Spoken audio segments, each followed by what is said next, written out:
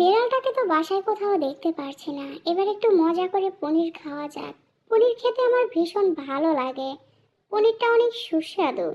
এই তো সুযোগ, এখনই পনিরটা খেয়ে নিব। কি ব্যাপার, মনে হলো পাশ দিয়ে কিছু একটা দ্রুত গতিতে চলে গেল। না, মনে হচ্ছে চোখে ভুল দেখেছি। যাই হোক, আমি আমার পনির খাই আরাম করে। কি সুস্বাদু পনির! খেয়ে যেন প্রাণ জুড়িয়ে যাইতেছে। ভীষণ ভালো লাগছে একা একা বাড়িতে বসে আমি পনির খাচ্ছি। যাই পাজি ইঁদুরটাকে আর একবার ভয় দেখাই, হা হা। না, মনে হলো আবার কিছু একটা আমার পাশ দিয়ে দ্রুত গতিতে চলে গেল।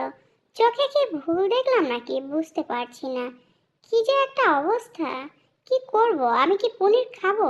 না, পনির পরে খাওয়া যাবে, আগে বিষয়টা পর্যবেক্ষণ করতে হবে। ওই তো আকাশে দেখা যাচ্ছে কিছু একটা। আরে, এ তো দেখি বেড়ালটা। কিন্তু বেড়ালটা আকাশে ভাসছে কিভাবে? এই যে জেরি, দেখো আমি কত সুন্দর হাওয়ায় উড়তে পারতেছি। তুমি আমার বিষয়টা একবার ভেবে দেখো। ব্যাপারটা বড় অদ্ভুত, তবে বুঝতে পারছি না কিভাবে কি হলো। বিড়ালটা কি করে উড়ছে? দাঁড়াও, বাহিরে গিয়ে বিষয়টা ভালোভাবে দেখতে হবে। কোনো একটা গন্ডগোল হয়েছে, নইলে এই বিড়ালটা কিভাবে আকাশে উঠতেছে? যাই, কোনো ম্যাজিক্যাল ব্যাপার নাকি? কি ব্যাপার, এ তো দেখি আমাকে ধাক্কা মেরে উড়ে চলে গেল। আউ!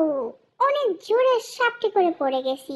এইবার পালাই বা কোথায় জেরি? ডাইনি বোর্ডের জাদুর ঝাড়ু পেয়েছি আমি। এবার আর কে থামায় আমাকে? দাঁড়াও, ঝাড়ুটাকে তোমার পিছনে লাগিয়ে দিব।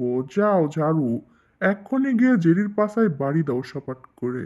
ওরে বাবারে, এতক্ষণ তো মনে করেছিলাম স্বপ্ন দেখতেছি। না, এটা তো ঘটনা বাস্তবেই ঘটতেছে। টমটা একেবারে আমার পিছনে লেগে পড়েছে।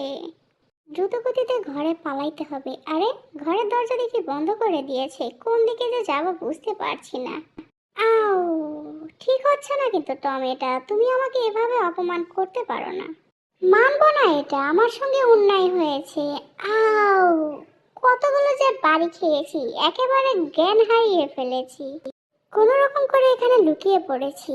পাজির টমটা এদিকেই তেড়ে আসছে, লুকিয়ে থাকতে হবে কিছুক্ষণ।